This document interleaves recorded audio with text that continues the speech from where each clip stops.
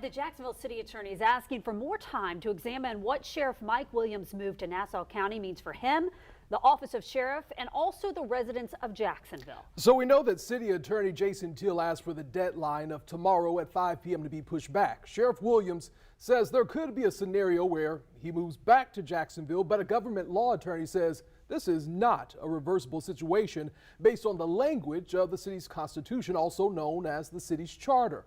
On your side's Kaylee Tracy has more. We're going to continue to have that focus on violent crime, and so we'll continue to do that as well.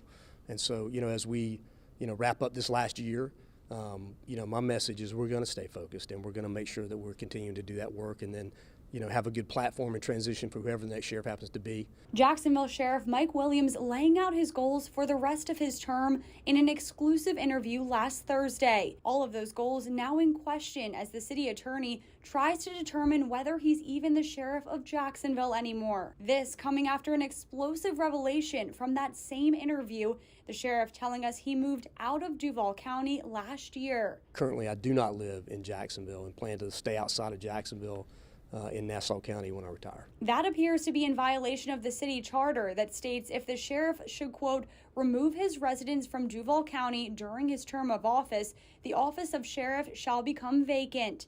Williams says he's protected because in 2010, the Florida legislature repealed a law requiring sheriffs to live in the county they serve. He can make an argument, but I don't think it's going to go his way.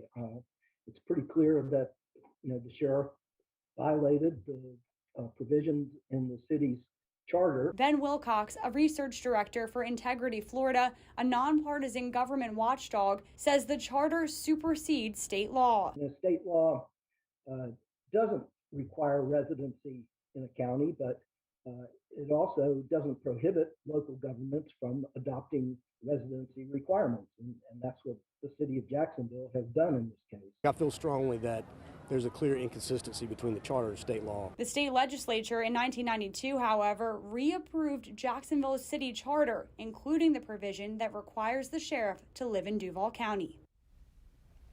And that was Kaylee Tracy reporting for us. The city attorney now has until Thursday at 2 p.m. to issue his opinion.